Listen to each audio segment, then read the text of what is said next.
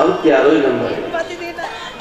मैंने कहा मैया मेरे ऊपर कृपा करो, छोटा सा बालक हूँ, अभी बहुत कथाएं करनी है, बालक छोटे छोटे हैं उनको पालना है।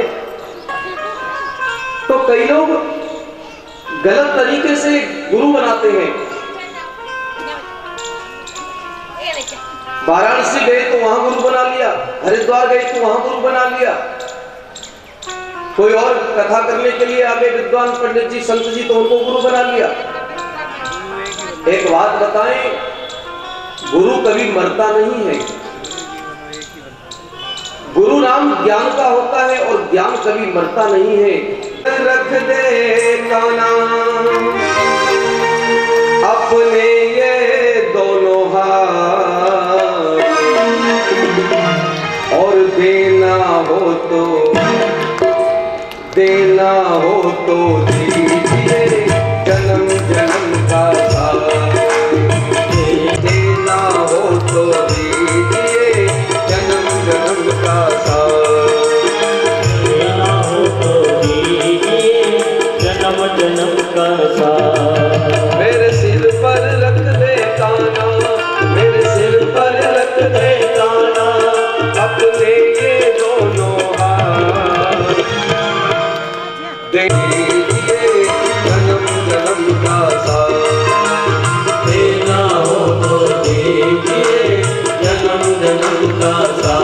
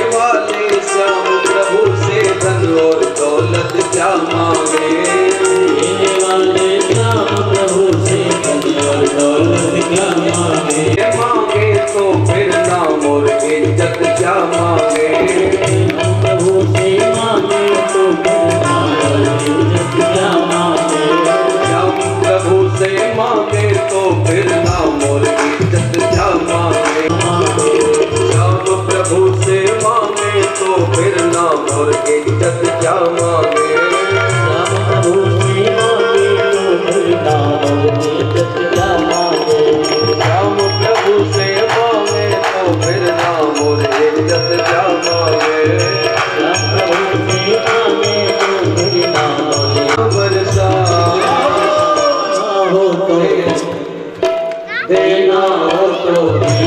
दीजिए जन्म जन्म का साथ, देना हो तो दीजिए जन्म जन्म का साथ।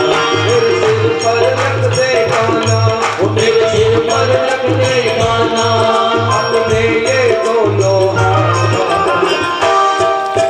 देना हो तो दीजिए जन्म जन्म का साथ, देना हो तो दीजिए जन्म जन्म का साथ।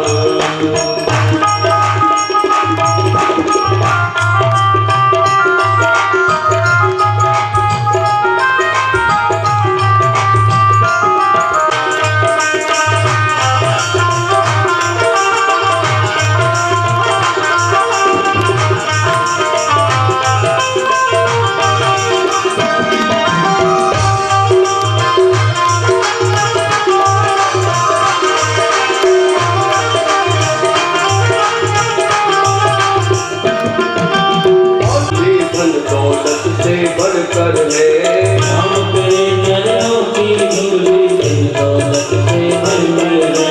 श्याम तेरे चरण नजर कृपा की काना नाम इज्जत से बढ़कर है। कृपा की काना इज्जत से बढ़कर है। एक नजर कृपा की काना नाम इज्जत से बढ़कर है। एक नजर कृपा की काना नाम इज्जत से बढ़कर है। मेरे दिल की यही तमन्ना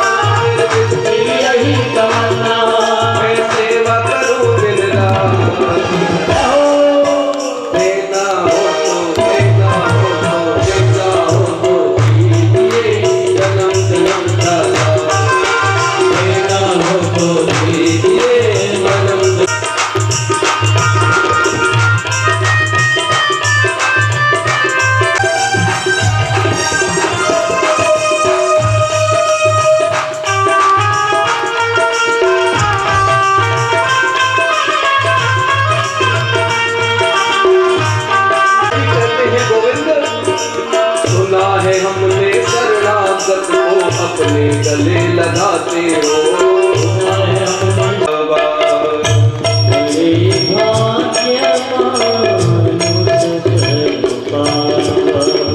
बड़े भाग्यवान न तो कर पावा।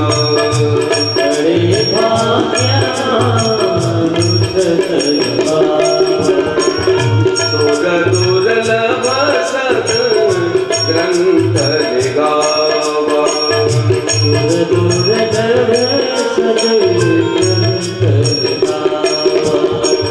और स्वामी जी एक तरफ कहते हैं पावक गगन समीरा पंच रचित यह अधम शरीरा।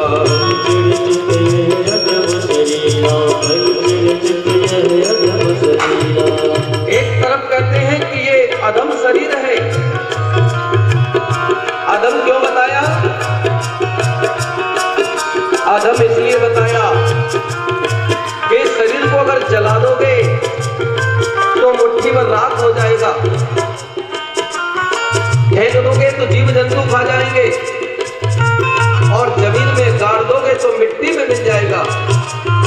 इसलिए ये शरीर अधम है और बड़े भाग्य से प्राप्त होता है। क्यों? क्योंकि मानव जन्म में ही साधन धाम मोक्ष कर द्वारा। साधन धाम मोक्ष कर द्वारा। साधन धाम मोक्ष कर द्वारा। आहिन जय परलोक सवारा। आहिन जय परलोक सवारा। आहिन जय परलोक सवारा। साधन धाम मोक्ष कर द्वारा।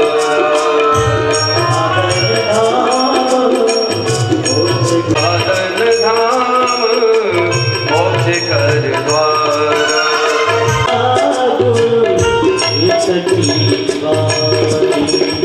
माता पिता गुरु हित की बानी।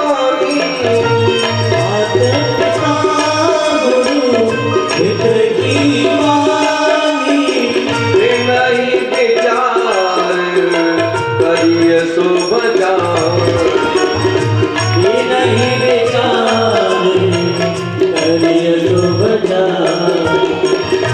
नहीं विचार करिए शुभ जानी। नहीं विचार करिए शुभ जान। माता पिता गुरु हित की वाणी। वेद शास्त्र पुराण कहते हैं कि अगर जीवन में सलाह लेनी है तो माँ बाप से लो और गुरु से लो।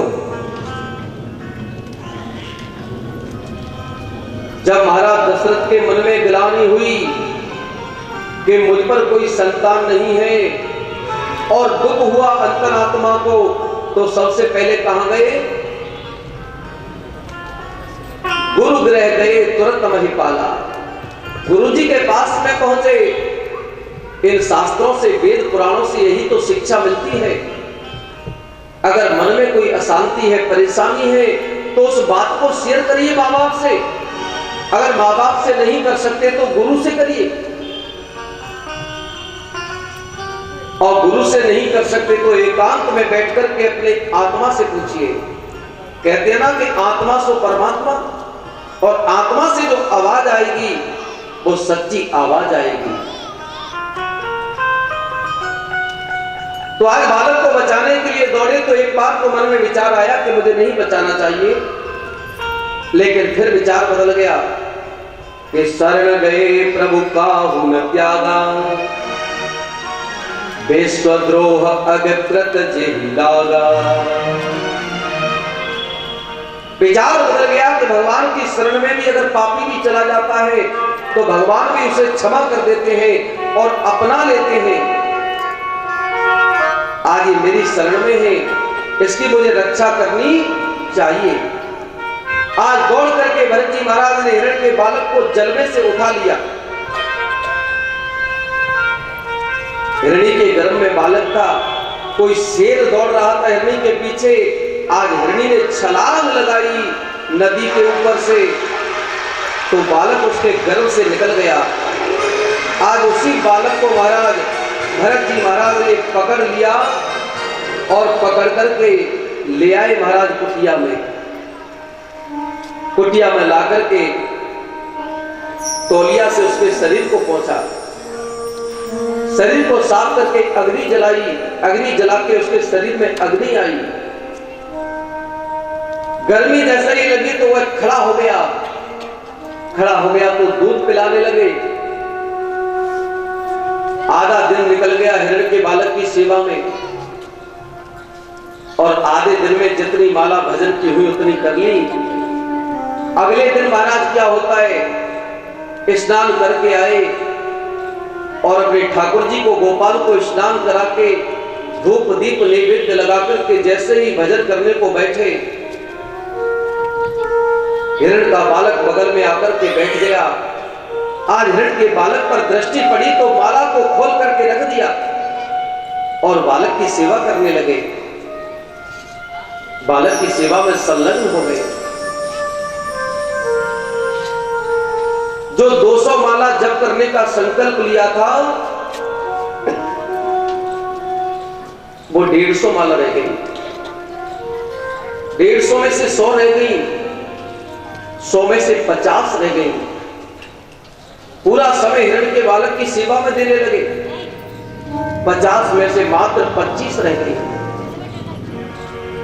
और एक दिन वो आया मेरे भाइयों के आए थे हरि भजन को और ओटने लगे कपास। आए थे भगवान का भजन करने के लिए, लेकिन 200 माला का जो संकल्प लिया था वो मात्र जल्दी फल्दी 2 माला जाप करके रख देते और हिरण के बालक को स्नान करते कराते, दूध पिलाते, उसको घास खिलाते। पूरा समय हिरण के बालक में लगने लगा सेवा में। कि मोह सकल व्याधिन कर मूला, मोह सकल व्याधिन कर मूला, मोह सकल व्याधिन कर मूला, मोह सकल व्याधिन कर मूला।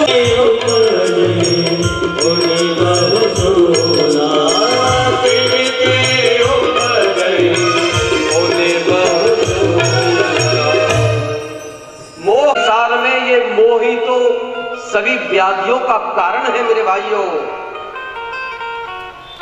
जब दादी दादा कथा सुनने के लिए आते हैं और नाती पीछे पड़ जाए उंगली पकड़ के तो कहेंगे ले मैं नहीं जा रहा हूं सुनने के लिए। नाती जब पीछे पड़ जाए तो ले मैं अब नहीं जाऊंगा कथा सुनने के लिए। छुड़वा दी ना नाती ने कथा।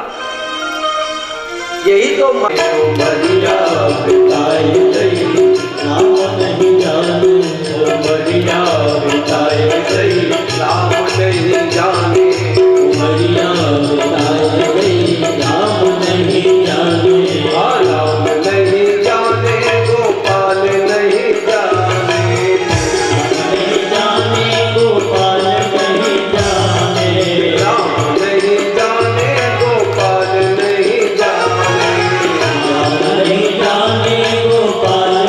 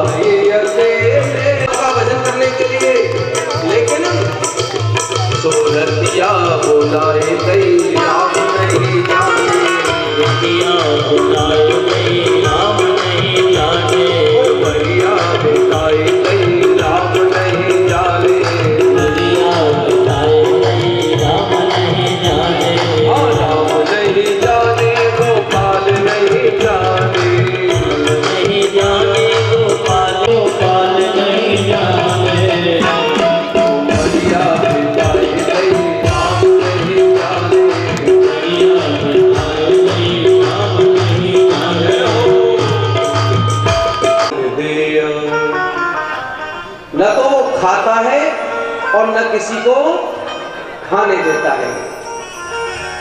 अच्छा एक बात बताइए, आप अपने खेत पर गए, आपने देखा कि खेत में चिड़ियाएं दाना चुग रही हैं, गाय आकर के फसल को खा रही है, तो आप चिड़ियाओं को और गाय को फसल को खाने देंगे कि नहीं खाने देंगे? नहीं खाने देंगे। उस समय आप भी नहीं खा सकते उस फसल को और चिड़ियाओं को भी नहीं खाने देते हम लोग, तो हम कौन हुए? हम भी तो बिजुका ही हैं। हाँ, राम जी ने संसार में हम बिजुका बनाकर के खड़े कर दिए हैं। न किसी को हम खाने देते हैं और न हम स्वयं प्रेम से खाते हैं। ये बिजुका का काम होता है, न किसी को प्रेम से खाने दो और न प्रेम से खाओ। जब भरत जी महाराज खेत पर बैठे हैं, देखा महाराज भाई लोग चले गए, हजारों चिड़ियाएं आ गई, चिड़ियाएं आ गई महाराज खेत में, पक्षी आ गए। चिड़ियाओं को देख करके, पक्षियों को देख करके जन भरत जी महाराज बड़े खुश हुए। सामने से देखा तो 15-20 गाय चली आ रही थी। गायों को देख करके बड़े प्रसन्न हुए कि राम जी की चिड़िया, राम जी को खेत, खाओ री चिड़िया भरे भरे पेट। आज हाथ जोड़ के खड़े हो गए मेड़ पर, बोले आओ आओ और खाओ। चिड़ियाओं ने, गायों ने महाराज 2 घंटे में पूरे खेत का सफाया कर दिया। भाइयों ने आकर के देखा, खेत में महाराज एक अन्न का दाना नहीं है।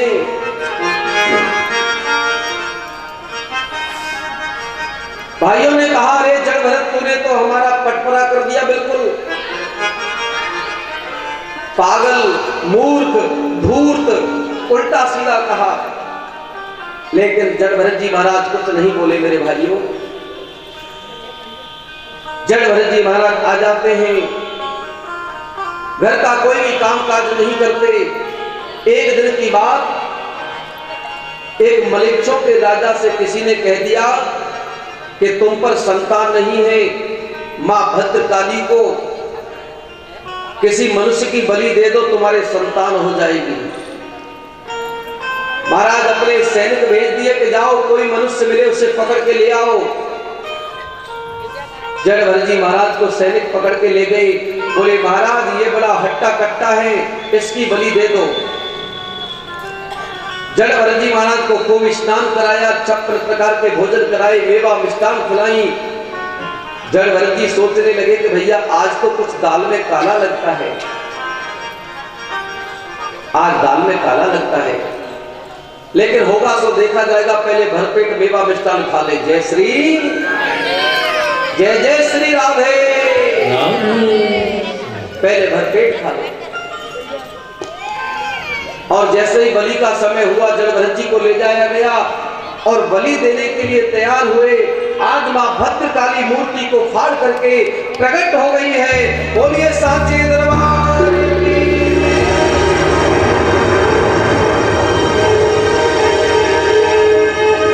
दिया एक-एक करके और भरत को उठा करके गले से लगा लिया। अरे भरत, तुझे मरने के लिए मेरा ही दरवाजा मिला था। जड़ भरत जी महाराज कहने लगे, मां जब इस जीवन का सब भार तुम्हारे हाथों में सौंप दिया है तो हमें किस बात की परवाह है। सहजादी आएगी ना सोना कमाएगा, ना चांदी आएगी, मौत की सहजादी आएगी, सहजादी आएगी, ना सोना कमाएगी।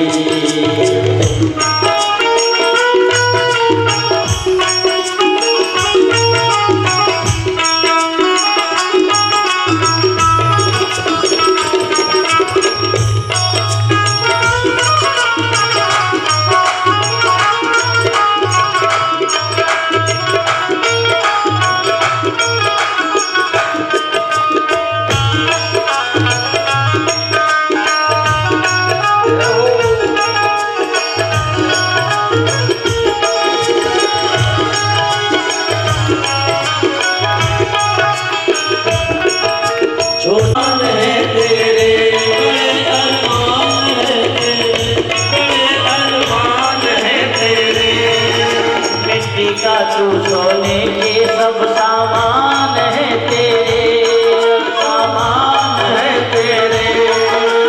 मिट्टी की काया मिट्टी में एक दिन मिल जाएगी, एक दिन मिल जाएगी। ना सोना काम आएगा, ना चांदी आएगी, ना सोना।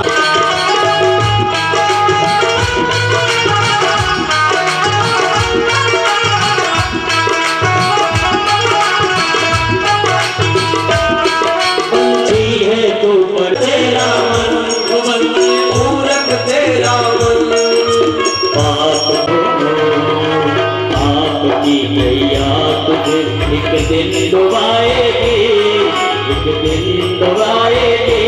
सजा दी आएगी, सजा का सोना कमाएगा, ना चांदी आएगी।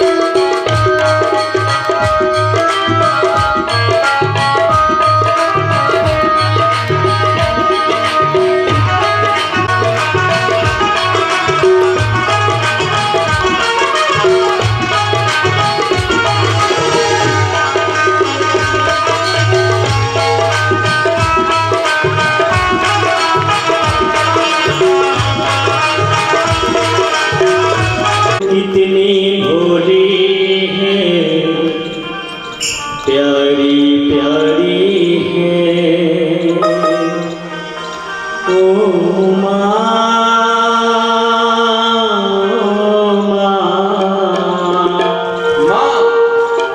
जिनकी माँ है वो माँ का दर्द समझते हैं, और जिनकी माँ नहीं रही है संसार में उनके हृदय से पूछो कि माँ क्या होती है। किसी ने कहा तू कितनी अच्छी है, तू कितनी भोली है ओ माँ, ओ माँ, ओ माँ,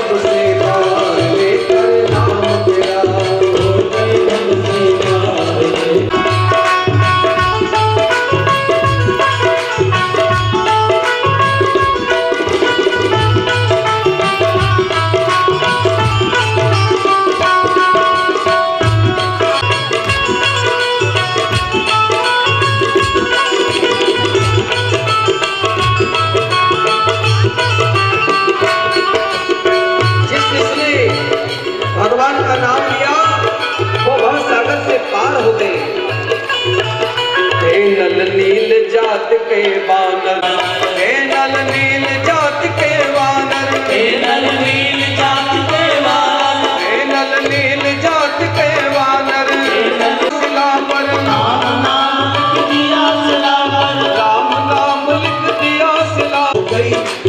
हो गई सेना पार लेकर नाम तेरा, हो गई सेना पार लेकर नाम तेरा, हो गए हमसे पार लेकर नाम तेरा, हो गए हमसे पार लेकर नाम तेरा।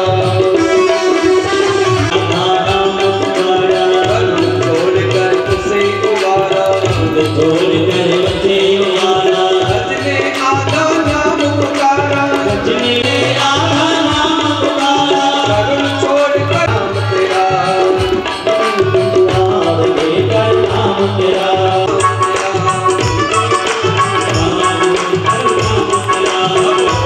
हमसे पार लेकर नाम तेरा, नाम तेरा प्रभु नाम तेरा, नाम तेरा प्रभु नाम तेरा।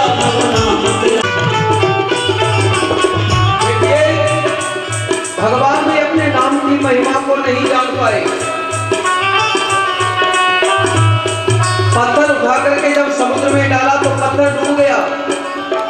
हनुमान जी ने कहा प्रभु आप समझ रहे हैं कि ये आपके द्वारा तैर रहे हैं, ये महिमा है, इसीलिए कहते हैं जिनको स्वयं तार नहीं पाए,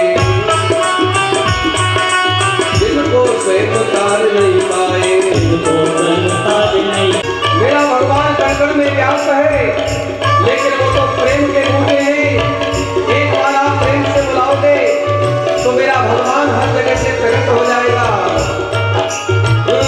राम ही केवल प्रेम प्यारा, जान ले हो जो जाननहारा। राम केवल प्रेम प्यारा, जाने हो जो जाननहारा।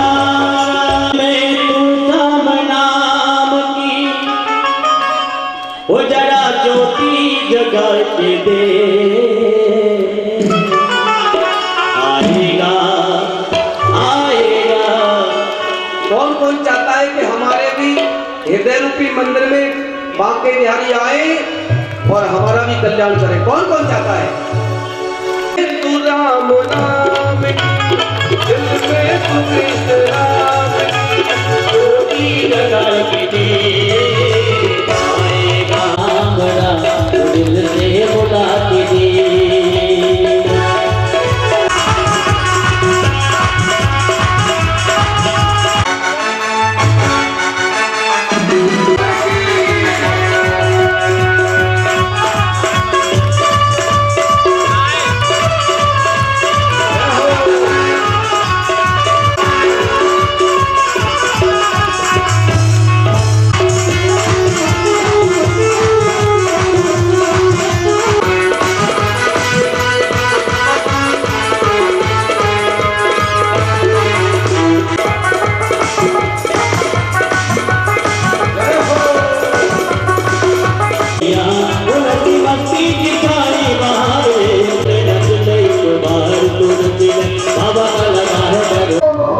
देवता सोचने लगे कि महाराज लाल को गोद में बिठा लिया। बोलिए भक्तवत्सल भगवान। सहस्राक्षः सहस्रपात सभूमिगं सर्वतस्वात् तिष्ठदशा। ओम पंडित जी ओम भद्रं कर्णेभिः शृणुयामदेव भद्रं पश्येमाक्षभिर्यत्राः स्थिरैरङ्गैः दष्टुवागुंसस्तनोभिः यसेम देवहितं यदा वृद्धस्रवाः स्वस्ति नः पूषा विश्ववेदाः स्वस्ति नस्तार्क्ष्यो अरिष्टनेमिः।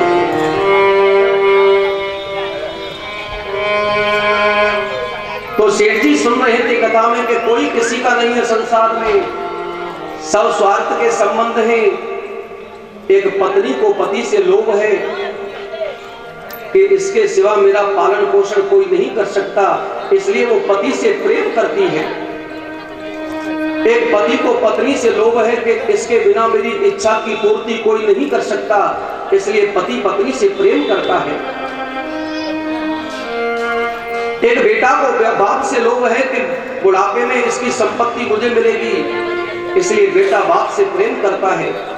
एक बाप को बेटे से लोभ है कि बुढ़ापे में मेरी सेवा यही करेगा, इसलिए वो बेटे से प्रेम करता है। सेठ जी ने व्यास जी से आकर के कहा, बोले महाराज ये बात गलत है, मैं सबकी ठीक मानूंगा, लेकिन मेरी पत्नी मुझसे बहुत प्रेम करती है। पंडित जी ने कहा, बेटा तुझे लगता है कि तेरी पत्नी तुझसे बहुत प्रेम करती है, लेकिन मैं कहता हूं ये प्रेम सब दिखावटी है। अच्छा तू नहीं मानता तो ऐसा है, परीक्षा ले लेना पत्नी की। आज पंडित जी ने भगत जी को श्वास खींचना सिखा दिया। बोले योग के द्वारा श्वास को खींच के और जमीन में पड़ जाना, जमीन में पड़ जाना,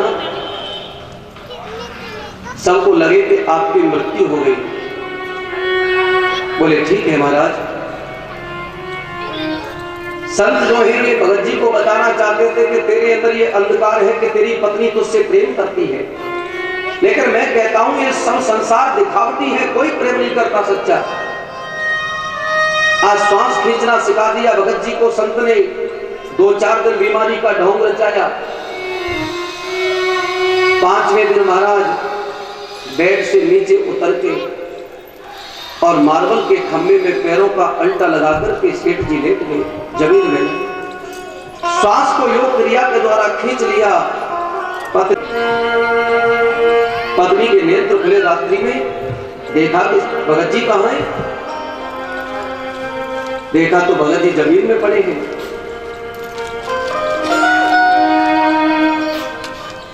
जमीन में देख करके महाराज नाक से हाथ लगाया, पेट पे हाथ लगाया, लेकिन भगत जी की श्वास बंद है। पत्नी समझ गई कि मेरे पति देव मर चुके हैं। अब तो महाराज रोने लगी, विलाप करने लगी, चीख चीख कर रोने लगी, अब मैं कैसे जीऊंगी, किसके सहारे अपना जीवन यापन करूंगी, कैसे मैं अपना जीवन व्यतीत करूंगी। मां की रोने की आवाज को सुनकर के बहू और बेटे भी आ गए। पिता को मरा हुआ देख करके बहू और बेटे भी रोने लगे। प्रातः होते ही पड़ोसियों का आना चालू हो गया। बोले भाई सबको मरना है, कोई बात नहीं, सेठ जी आपको संपन्न छोड़ करके गए हैं, आप ऐसा करिए, रोने धोने से काम नहीं चलेगा, इनकी अंत्येष्टि क्रिया की तैयारी करिए। अब बच्चों ने बेचारों ने जैसे ही पैरों के अंटे को खोलना चाहा, जो मार्बल के खंभे में अंटा लगा करके लेट गए थे, वो अंटा नहीं खुलता है। पड़ोसियों ने कहा कि भैया इस खंभे को तोड़ दो, 10-20 हजार रुपए का नुकसान तो करना पड़ेगा पिता के लिए। बच्चे खंभे को तोड़ने के लिए तैयार हो गए। भगत जी की जो पत्नी सामने से देख रही थी वो खड़ी होकर के आई, बेटाओ इधर आओ। आज बेटाओं को कोले में लेकर गई और कहने लगी, अरे मूर्खों, पिताजी तो मर चुके हैं तुम्हारे, और मरने के बाद में शरीर तो मिट्टी होता है, इस खम्भे को तोड़ करके 20 हजार रुपए का नुकसान क्यों कर रहे हो? ऐसा करो, पिताजी के पैरों को ही काट के निकाल लो, पिता के पैरों को ही काट के निकाल लीजिए। बच्चों की बात समझ में आ गई। बोले माँ तुम ठीक कहती हो। जैसे ही पिता के पैरों को काटने के लिए तैयार हुए, पिताजी राधे राधे कहकर के खड़े हो गए। बोले वाह सेठानी जी, तुम्हारे लिए मैंने जीवन में मेहनत की, सब कुछ कमाया, ये गाड़ी घोड़ा बंगला ये सब तेरे लिए मैंने बनवाया। मैं समझता था कि तुम मुझसे बहुत प्रेम करती है, लेकिन आज मेरे लिए 20 हजार रुपए का नुकसान नहीं सहन कर सकी। आज पता चल गया कि ये संसार धन दौलत का भूखा है, स्वार्थ का संबंध रखता है। आज मुझे ये पता चल गया। ईश्वर नर मुनि सबकी यह रीति। सुर नर मुनि सबकी यह रीति।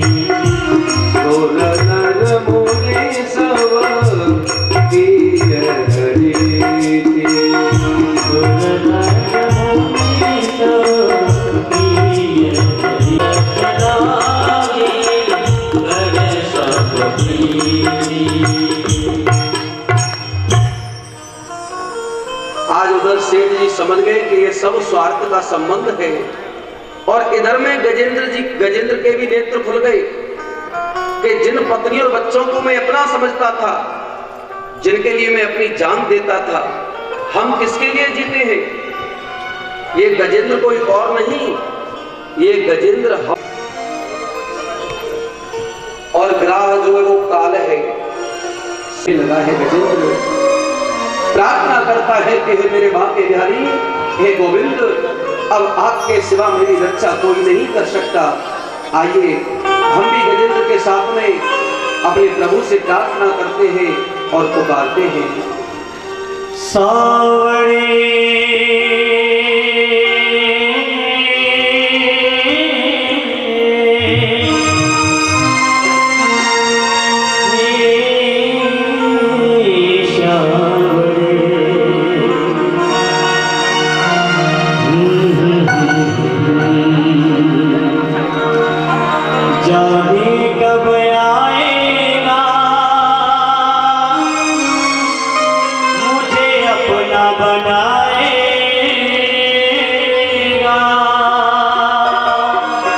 गजेंद्र प्रभु से प्रार्थना कर रहा है, वो मेरे आंसू पोंछ कर मुझे अपना बनाएगा। मेरे आंसू पोंछ कर मुझे अपना बनाएगा। वो मेरे आंसू पोंछ कर सभी प्रार्थना कब आएगा मेरा सावरिया, आएगा मेरा सावरिया, कब आएगा मेरा सावरिया, कब आएगा मेरा सावरिया, आएगा मेरा सावरिया।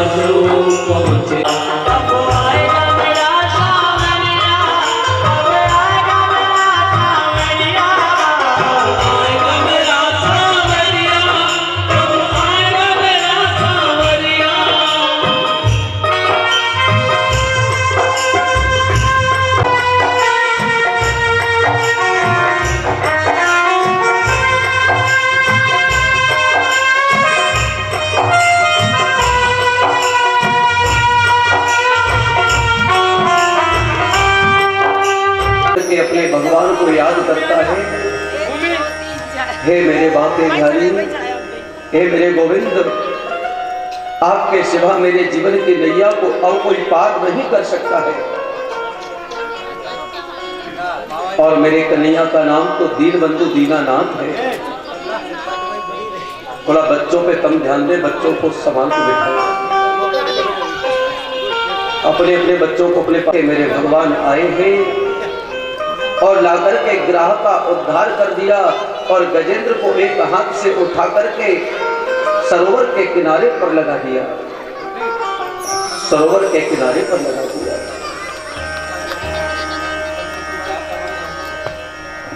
गजेंद्र ने भगवान को पुकारा, गजेंद्र की रक्षा की और ग्राह का उद्धार कर दिया मेरे भगवान ने। प्यारे प्रभु प्रेमी भक्तों, एक भक्त ने प्रश्न कर दिया किसी ने, बोले महाराज एक बात बताइए, गजेंद्र ने भगवान को बुलाया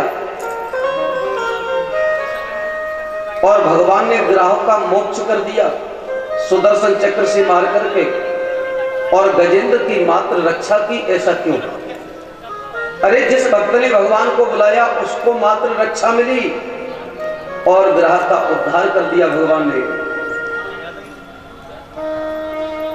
तो संत ने कहा कि बेटा,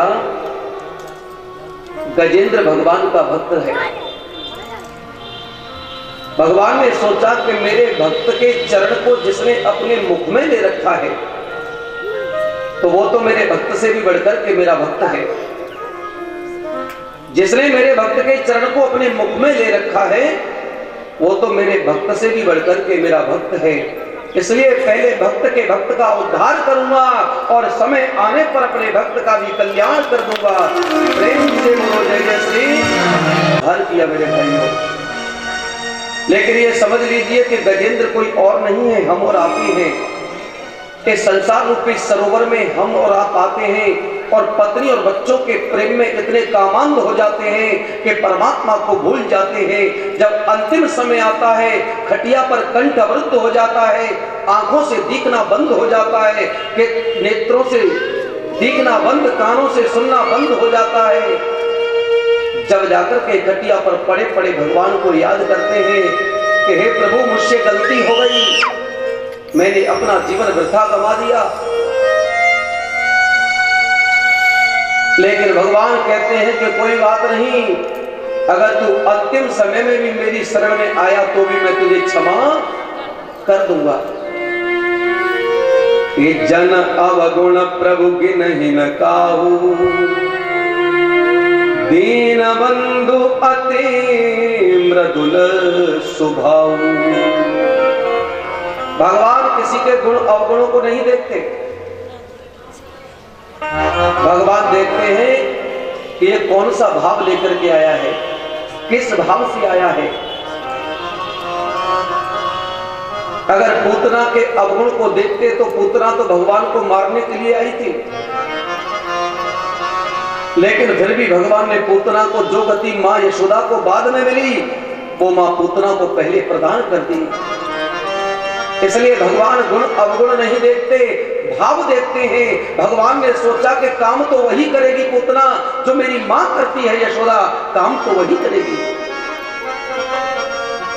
इसलिए भगवान कहते हैं कि भाव का भूखा हूं मैं और भाव ही एक सार है,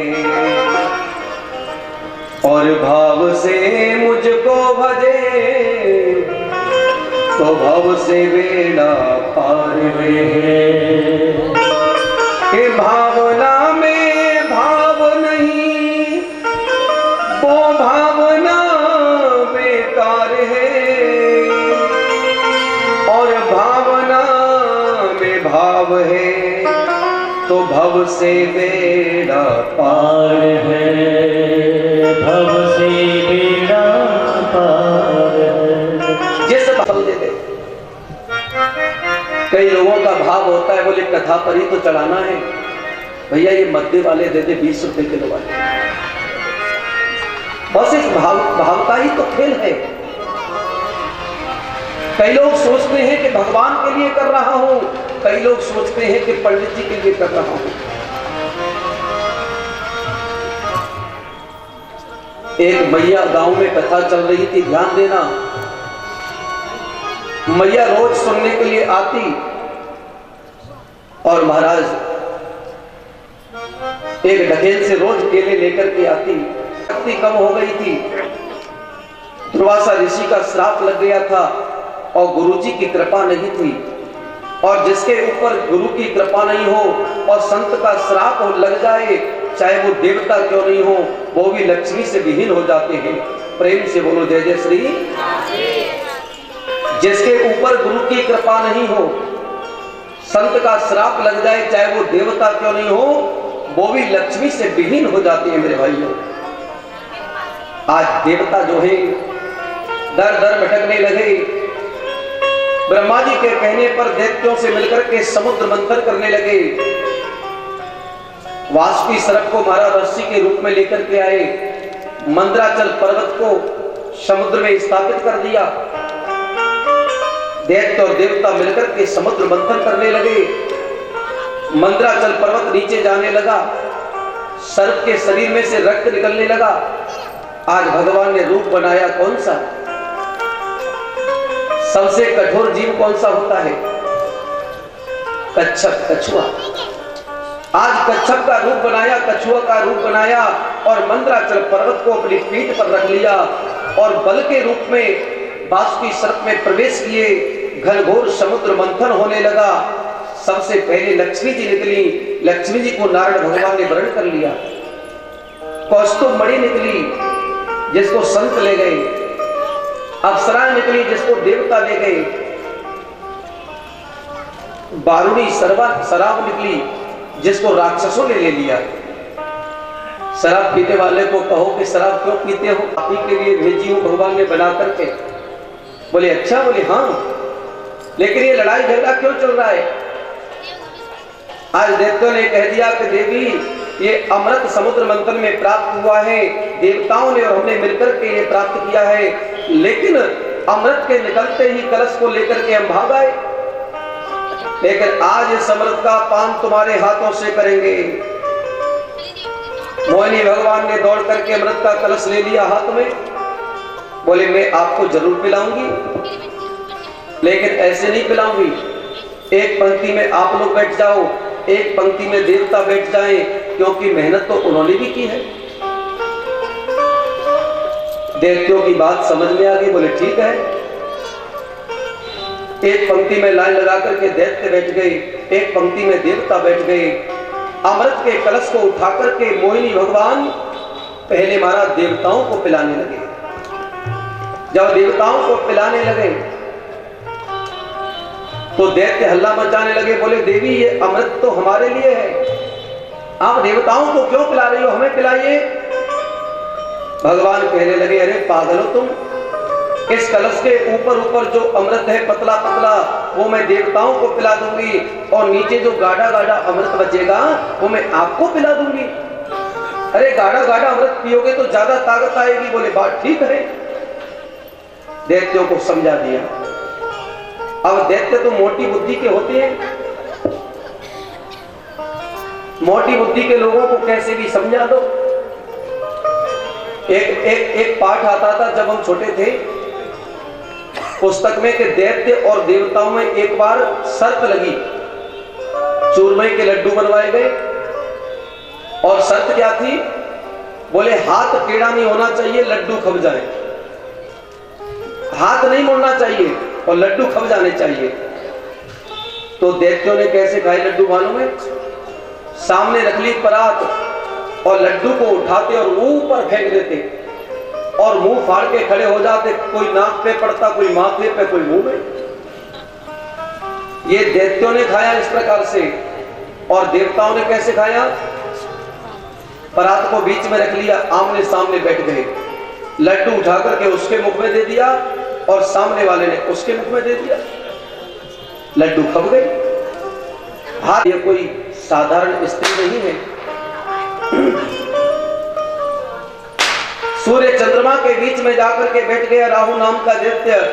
आज भगवान अमृत पिलाते पिलाते आ गए और राहु नाम के दैत्य के मुख में जैसे ही अमृत गया, सूर्य और चंद्रमा ने टोक दिया। बोले प्रभु, ये राहु नाम का दैत्य है, इसको अमृत मत पिलाओ। लेकिन अमृत जो है मुख में चला गया था। इतना सुनकर के राहु नाम का दैत्य भागने लगा। मेरे भगवान ने सुदर्शन चक्र का आवाहन करके राहु नाम के दैत्य के सिर को धड़ से अलग कर दिया, लेकिन अमृत कंठ से नीचे उतर गया था। इसलिए राहु नाम का दैत्य मरा नहीं। दो दैत्य हो गए, राहु और केतु। और सूर्य चंद्रमा पर जब से ग्रहण पड़ता है, यही राहु और केतु सूर्य चंद्रमा को कष्ट देते हैं। प्यारे प्रभु प्रेमी भक्तों, इस प्रकार से समुद्र मंथन के समय देवताओं ने अमृत को पी लिया, लेकिन दोनों में दैत्य और देवताओं में विवाद हो गया। और ऐसा विवाद हुआ कि देवताओं ने सभी दैत्यों को मार दिया। देवता स्वर्ग में आ गए दैत्यों को मार करके, लेकिन दैत्यों के गुरु कौन है? गुरु शुक्राचार्य जी। और शुक्राचार्य जी महाराज दैत्य विद्याओं को जानते हैं और संजीवनी विद्या को जानते हैं। शुक्राचार्य जी ने संजीवनी विद्या के द्वारा अपने सभी शिष्यों को, दैत्यों को जीवित कर दिया। प्रेम से बोलो जय जय श्री। जीवित कर दिया।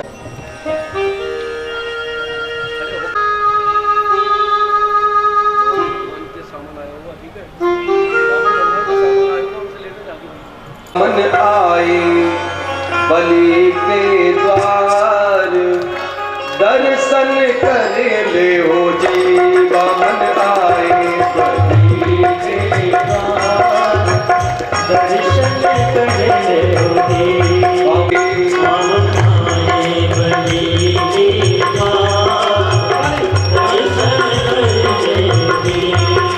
दर्शन कर ले हो, सुमिरन कर ले हो।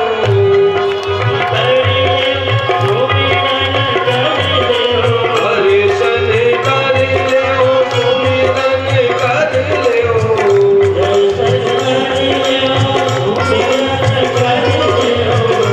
पवन आए बलि के द्वार, दर्शन